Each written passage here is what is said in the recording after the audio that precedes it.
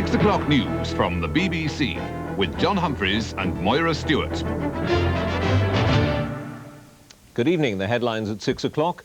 Boris Yeltsin has taken control of the press and broadcasters in the latest stage of his battle with the old guard. The Russian court has warned him, compromise with your opponents or there will be war. The parents of the 12-year-old boy blown up in Warrington say he has a slim chance of survival. Trawlermen blockade Teesport in their latest protest against cheap fish imports. And there's to be a rail strike next week, the first for 4 years. 2 days ago, President Yeltsin told the people of Russia that he, and not the parliament, was running the country. Today, he fitted action to his words and took control of the media. Tonight, police and soldiers have been ordered to stand guard outside newspaper offices and broadcasting stations and take necessary measures to defend them. But it's not clear whether Mr. Yeltsin is weaker or stronger tonight. His justice minister has resigned. The Constitutional Court, which is considering whether he should be impeached, called on him to back down. If there's no compromise, it warned there will be war. But Mr. Yeltsin does have the backing of most Western leaders. Today, Mr. Major sent him a message of support. He said, Russia needs effective democratic government respecting the rule of law. That is what we support. It felt just like the old days as Boris Yeltsin's supporters launched what amounts to his re-election campaign tonight, the drive for a yes vote in his nationwide referendum on the 25th of April. The president himself couldn't come. His mother died at the weekend and he wanted to spend the evening alone. His supporters sent a telegram of condolence. No one can replace a mother, it said, but Russia remains with you. It'll always be your strength and your support. That isn't likely to be the view of the country's top judges, who met behind closed doors to consider the legality of Mr. Yeltsin's assumption of special powers. The Constitutional Court chairman, Valery Zorkin, has already bitterly condemned Mr. Yeltsin, casting doubt on the court's impartiality. The chairman of the Constitutional Court has done an unbelievable thing. He sided preemptively with the parliament, which is very strange. I mean, the chairman looked a very reasonable man, but he made a very major mistake. Russia's regions, meanwhile, have also started lining up for and against the president. He'll get a warm welcome in his hometown, Yekaterinburg, when he travels there for his mother's funeral. The head of the regional council expressed his support today for Mr. Yeltsin's decree. Miners in the Kuzbass coalfield will meet tomorrow and are expected to follow their colleagues in other parts of the country in supporting Mr. Yeltsin. But the Kuzbass local authorities and several other councils around the country have denounced his decree as unconstitutional. They say they'll disobey presidential rule. These developments raise fears that the entire country could fracture along geographical and political lines. If significant parts of the country refuse to hold Mr. Yeltsin's referendum, it'll only make the crisis here even worse. Angus Roxburgh, BBC News, Moscow. Russia's army has so far obeyed President Yeltsin's order to remain neutral as his battle for power continues with a hardline Congress of People's Deputies. The military's support could be crucial for either side. And as Ben Brown reports from Moscow, soldiers there are already divided over who should rule the country. If Boris Yeltsin is impeached, he may have to turn to the armed forces for help. The question is whether they'll support him or the man at his side during this Army Day parade, Ruslan Khasbalatov, the chairman of Russia's parliament. For now, the soldiers of this country are staying inside their barracks. It was training as usual today at the Taman Division's base near Moscow. Troops from here helped Boris Yeltsin defend the White House during the August coup 2 years ago. They say they still support him now. The officers here said today that the president is their commander-in-chief and that's who they take orders from. But there's deep discontent within what was the Soviet army. Morale is low, living conditions are harsh. Some officers returning from Eastern Europe have had to live in tents. The fear is that this once mighty military machine will split down the middle. If the army splits, then it may be the start of a kind of civil war, because I don't think the population will fight, one faction against the other one. It's really not very possible. But if forces of interior or different groups in the army clash on Yeltsin's case, then bloodshed may start. Hardliners within the army, hostile to Mr. Yeltsin, have set up their own pressure group, the Union of Officers. They support the parliament, not the president. The president will see that when he tries to bring in presidential rule, we won't obey him. He's acting outside the law, and this decree will be his last. But for now, at least, the men in charge are backing Boris Yeltsin. The Defense Minister, Pavel Grachov, and Interior Minister, Viktor Yerin, say, however, that there's no question of troops intervening in Russia's power struggle. The soldiers in battlefield training today at the Taman barracks say they don't want to get involved in the current crisis. Ultimately, though, they may have no choice. The danger of the Russian army is now not its strength, but its weakness. Some within it yearn for a return to the old order, or any kind of order, and the army may yet be tempted out onto the streets. Ben Brown, BBC News, Moscow. And we're joined now from Moscow by our correspondent Angus Roxburgh. Angus, this action of Mr. Yeltsin today taking control of the media, is that a first dictatorial act, as it were, or are we to believe him when he says he's merely protecting it against others? I don't think it is a dictatorial act. This was a move which Mr. Yeltsin said he would make when he announced his assumption of emergency powers on Saturday night, and it's a response to something that the Congress of People's Deputies announced just over a week ago at that dramatic session of theirs. They said that they wanted to take over radio and television and the TASS news agency. Now, Mr. Yeltsin is trying to stop them doing that, and he's even ordered the Interior Ministry to be ready to defend these installations if necessary. So I don't think it's an ominous move. On the contrary, I think Mr. Yeltsin is determined to defend the freedom of the press. But why are we seeing the rhetoric now stepped up? At least it seems to be. We're hearing talk of war from all sorts of sources. Should we take it seriously, or is it just rhetoric? Well, there's a lot of rhetoric, but I suppose the rhetoric will have to be followed by actions. And it's certainly true that Mr. Yeltsin's side has already seized the initiative in all of this and sent the parliamentary side, if you like, Mr. Yeltsin's opponents, onto the defensive. Both sides have been making statements. We have to see where it all ends. Angus Roxburgh, thank you very much. The Home Secretary, Kenneth Clarke, has promised a review of security in Warrington after Saturday's bombing in which a 3-year-old boy was killed and more than 50 people injured. Mr. Clarke says he'll visit the town within the next few days. Police in Warrington have been collecting security videos and hope they'll give them a clue to the identity of the bombers. 15 people are still in hospital. 12-year-old Timothy Parry, the most seriously injured, has been transferred to a specialist neurosurgical unit in Liverpool. His parents say he has a slim chance of survival. Liz Antrobus and her fiancé Gordon Edwards have been moved to a special plastic surgery unit near St Helens, while best friends Laura Hill and Neil Bradshaw, both 13, are said to be in a satisfactory condition. With the shopping precinct reopened this morning, the centre of Warrington became, above all, the focal point for mourning. Where crowds had thronged with shopping bags on Saturday, today they bore flowers and cards. A town with a modest pride in its own civic values, Warrington is still trying to make sense of a shocking weekend. The simple business of going shopping is now clouded by worry. Well, I don't feel very safe anymore. I just had to come, just wanted to show me sympathy. Yes, oh yes, they wouldn't beat me, it wouldn't put me off. But that's terrible. I mean, if they got kids of their own, it shows how sick they are when they can do it. They've obviously got no heart. Obviously heartless bastards to go out and do something like this to kids. Beside the anger and sorrow is an urgent wish to see security strengthened. There are no elevated video cameras along this precinct, one reason perhaps for its attraction to the terrorists. And senior policemen wonder how much security you can impose on a small town. Yes, we could introduce massive security here, but would you want to come to a shopping centre where it looked like, well, something out of Fort Knox, if you like?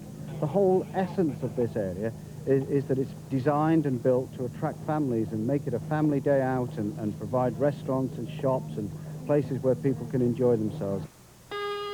A glimmer of hope emerged in the fight to save 12-year-old Tim Parry today after he'd been transferred under escort to a neurosurgical unit in Liverpool. After conducting a brain scan, doctors said that immediate brain surgery wasn't needed, but the prospects are still slim. Other survivors, like PC Gareth Fryer, expect to be leaving hospital before long. Jason Roberts is also on the mend, but the memory of Saturday's turmoil is still vivid. Just pandemonium, mayhem everywhere, people looking for their own little children, grabbing anybody. I wasn't out there long, I just fell to the floor and then someone grabbed me and took me into a shop. In the wake of the Warrington bombs, Home Secretary Kenneth Clarke this afternoon promised a review of the town's security. The assurance was given at a meeting with Warrington's chief executive. Well, I was encouraged by the meeting because the Home Secretary clearly was sympathetic to what we're doing and what we'd like to do. He understands the position very fully. He wants to come and see for himself, so he's aware of what we require on the ground. Back in Warrington, the police are planning to view 20 in-store video recordings from Saturday in the hope of pinpointing any suspicious figures.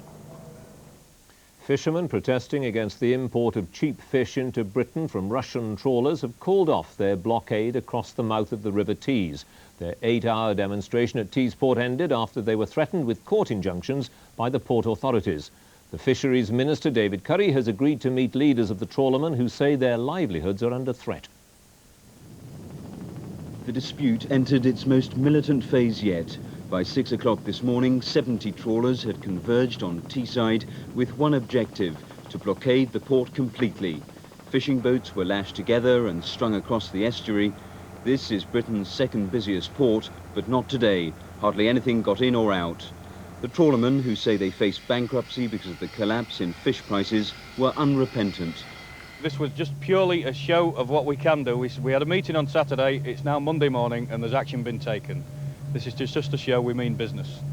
Everybody's concerned that they're breaking the law. We don't want to, but what do? We don't want to be seen to be acting like the French, to be destroying anything. But we need to bring to the public's attention the plight that the fishermen are in. The port authorities had been taken completely by surprise. An irritated harbour master warned the men that legal action would be taken unless the port entrance was cleared. Instead, it grew more crowded by the hour, with trawlers arriving all morning. Teesside is a commercial, not a fishing port, but it is high profile, and that made it an obvious target as the fishermen try and force the government's hand. Does the British government really want a fishing industry? That's the question being asked at the moment to these fishermen, and it certainly seems to us, through all the legislation that's been heaved on them recently, that they don't. And fishermen were incensed by the Agriculture Minister John Gummer's comments today that the glut in the fish market was due to British overharvesting rather than Russian dumping. But by mid-afternoon, the blockade was beginning to break up as the ministry agreed to meet fishermen on Wednesday. The fishermen say they've achieved what they set out to show that they can paralyse a port at will. The strategy will continue to be to hit unexpectedly and quickly. Another port is targeted later this week. 16 people have been arrested after violent clashes between pickets and police outside the Timex factory in Dundee. The strike began over the way layoffs were handled and led to the sacking of 340 workers last month. This morning, protesters tried to stop a newly recruited workforce being bussed into the plant. The violence erupted when 2 buses carrying the alternative Timex workforce tried to breach picket lines of sacked workers and their supporters. Police officers moved in to try to create a corridor for access, but protesters reacted angrily. There were scuffles and a number of demonstrators, including members of Scottish militant who joined the crowd, were dragged away as they tried to impede the buses. As the vehicles eventually drove through the gates, many of those on board covered their heads to avoid being identified by protesters in scenes of bitter confrontation not seen outside a British factory for many years.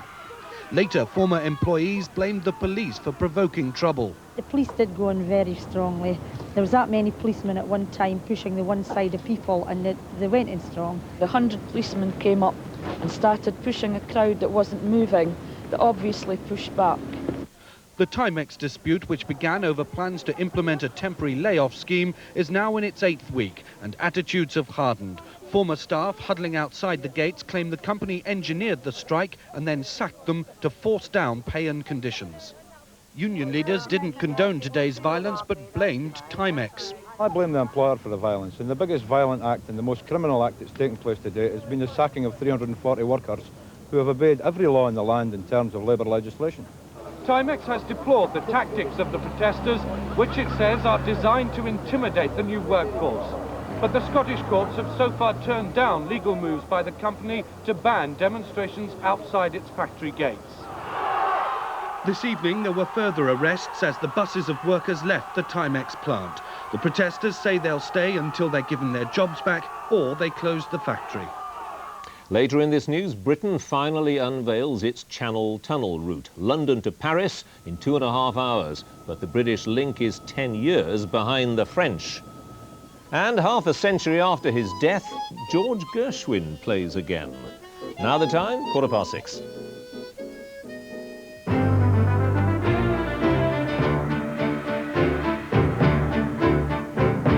Tonight's headlines: Boris Yeltsin is strengthening his grip on the Russian Republic. He's seized control of the media. The father of Tim Parry, the 12-year-old boy blown up in Warrington, says there's a glimmer of hope for his survival. Fishermen protesting against cheap imports from Russia have ended their blockade of Teesport. Rail workers have voted in favour of a 24-hour strike on Friday, the 2nd of April. It's in protest against the threat of compulsory job losses at British Rail. And the walkout will coincide with the one-day strike by miners over threatened pit closures. British Rail are meeting union leaders tomorrow. They say they're hopeful that industrial action can be avoided. The 24-hour strike will paralyse Britain's rail network, causing massive disruption for millions of commuters. It's the first national stoppage on the railways since 1989. The railmen say 7,000 jobs have gone so far this year, and a further 20,000 are at risk. Their leader blames management for the big vote by his members in favour of industrial action. They've had enough. They're fed up, with the job losses that are in vogue now. The job losses that we know are to come. They're fed up with the use of contractors. They're fed up that BR will not guarantee them job security by way of no compulsory redundancy. So they're basically saying enough is enough. I find it difficult to see where his concern is in terms of compulsory redundancies. Now, I understand, looking at the future with privatisation and so on, there must be a lot of concern in people's minds. But on the other hand, this is no way to demonstrate that concern. What we've got to do is to work our way through this situation together. This is the beginning of a long programme of change for the railways. Let's not start off with a fight. The one-day rail stoppage will be on the same day, April the 2nd, as a 24-hour strike by miners against pit closures. But the railmen deny the synchronised action has any political motivation. The votes by the railmen and the miners hardly foreshadow a summer of discontent. But the unions sense a growing wave of frustration over unemployment, not just amongst their members, but across the country as a whole. The Transport Secretary John McGregor has announced the route of the Channel Tunnel rail link, although it had already been widely leaked. The track will cut through several Kent beauty spots and leaves open the option of having either King's Cross or St Pancras as the London terminal.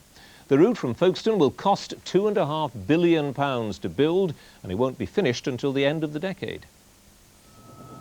The route of the new line was similar to that widely leaked last week, but with one key difference. Despite what the Chancellor announced in the budget, the government hasn't finally decided on London St Pancras station. It's keeping open the option of tunnelling through to nearby King's Cross instead.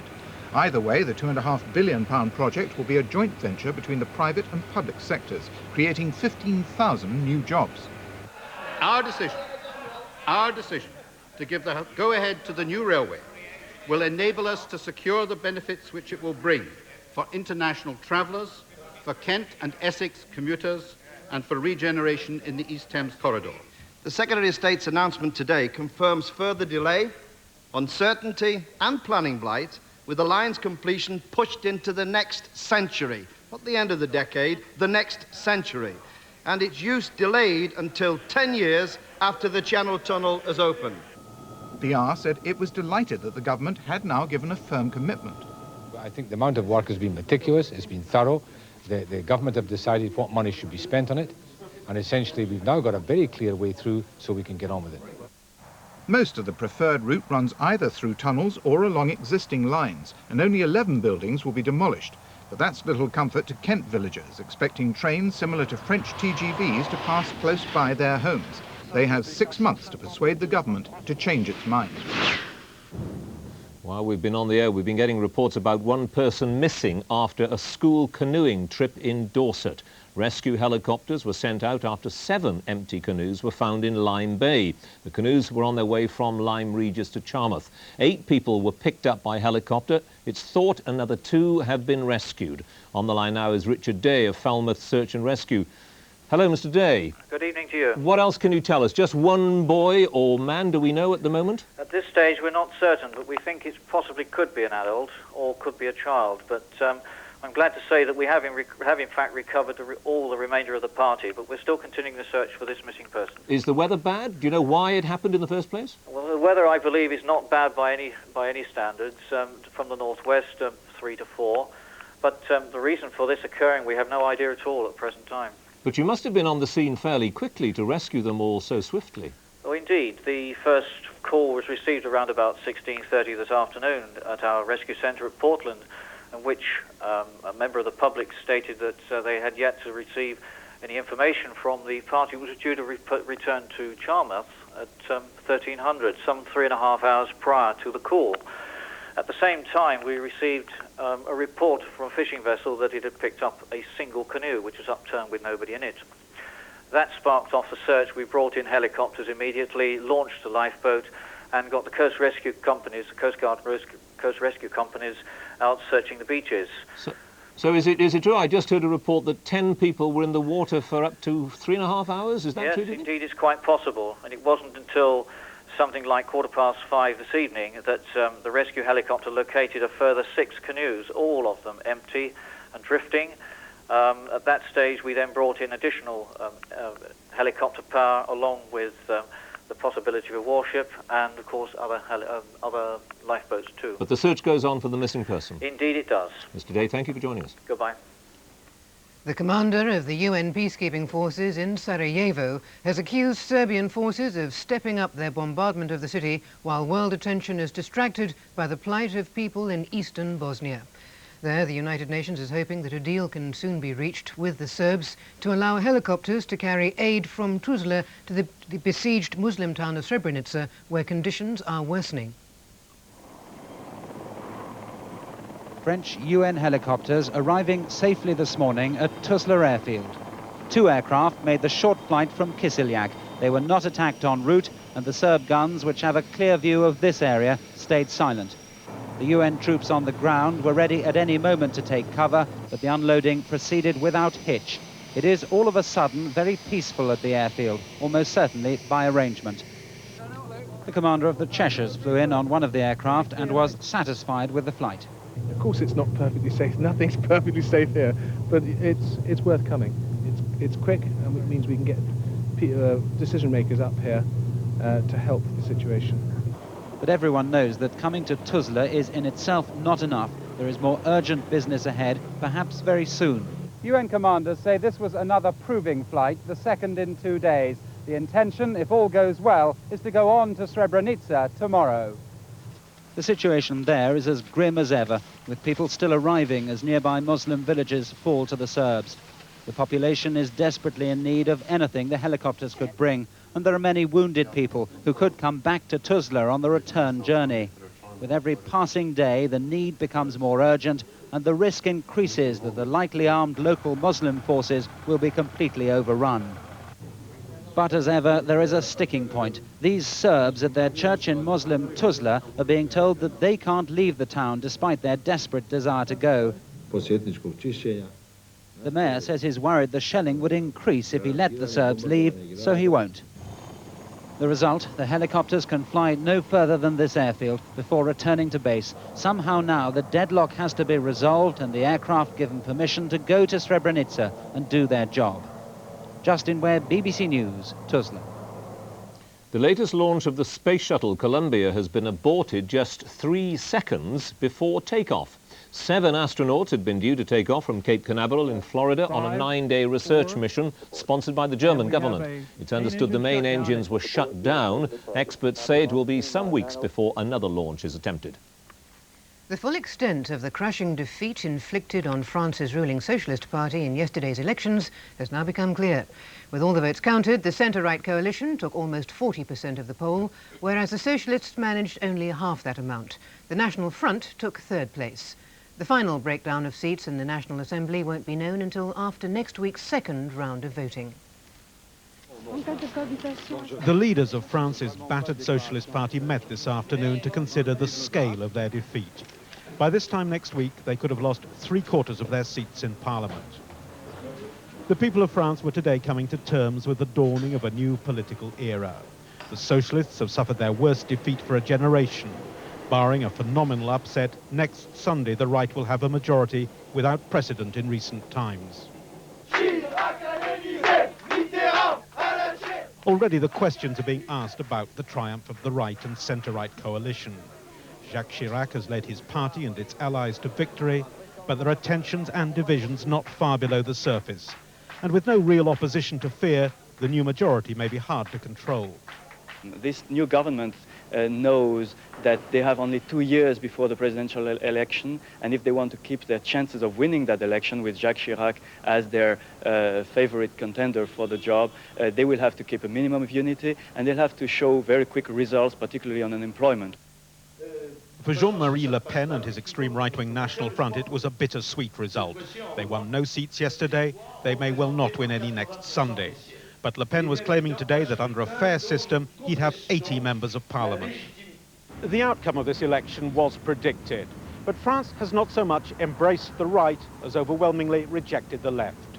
22 years after it set out on the march to power, the French Socialist Party is back where it started. Stephen Jessel, BBC News, Paris. 16 English rugby players have been included in the British Lions squad to tour New Zealand this summer, equalling the record for the most players from one country in a Lions touring party.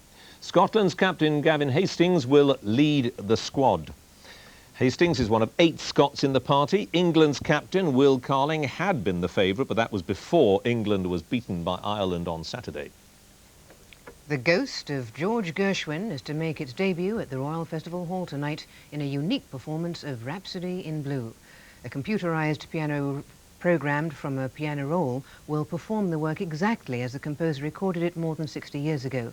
It'll be accompanied by the harmonica player Larry Adler.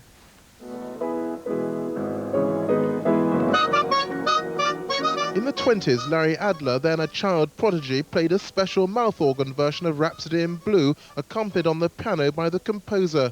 George Gershwin's been dead 56 years, but he left a recording on a pianola roll, now transferred onto floppy disk. When that's put into a disc clavier, a computer linked to the piano, it plays each note exactly as Gershwin did. The same touch on the keys, the same tempi, the same rises and falls. You have no idea of the spiritual frisson I get. I feel as if Gershwin is sitting there, and his sister heard me do this in New York, and she was crying after the show. She said, "Larry, I could see my brother sitting there, and I know you're going to think I'm nuts, but some nights George appears to be playing better than others." George Gershwin was at the height of his career when he died from a brain tumour aged 38. Then he was best known as a composer of musical comedy. Now he's seen as one of the century's most versatile musical creators. The late composer's also achieved the remarkable feat in the same season of a sellout opera at Covent Garden, Porgy and Bess, and a best-selling West End musical, Crazy for You. That musical contains 5 newly discovered Gershwin songs and is taking £180,000 a day, evidence of Gershwin's bankability. The organisers of tonight's sellout concert wish they'd taken a bigger hall. If the rehearsal was anything to go by, Adler and Gershwin are both on form. And that was the 6 o'clock news on Monday, March the 22nd. President Yeltsin has taken control of the press and broadcasting in Russia. His vice president, Alexander Rutskoy, said Yeltsin's behavior had brought Russia to the brink of the abyss. The police chief investigating the Warrington bombing commented on the possibility of massive new security measures. Would you want to come to a shopping centre that looked like Fort Knox? The Agriculture Secretary warned Britain's fishermen not to follow the example of the French. In this country, he said, we obey the law. And that's it for now. More news at 9 from Moira and me. Good evening.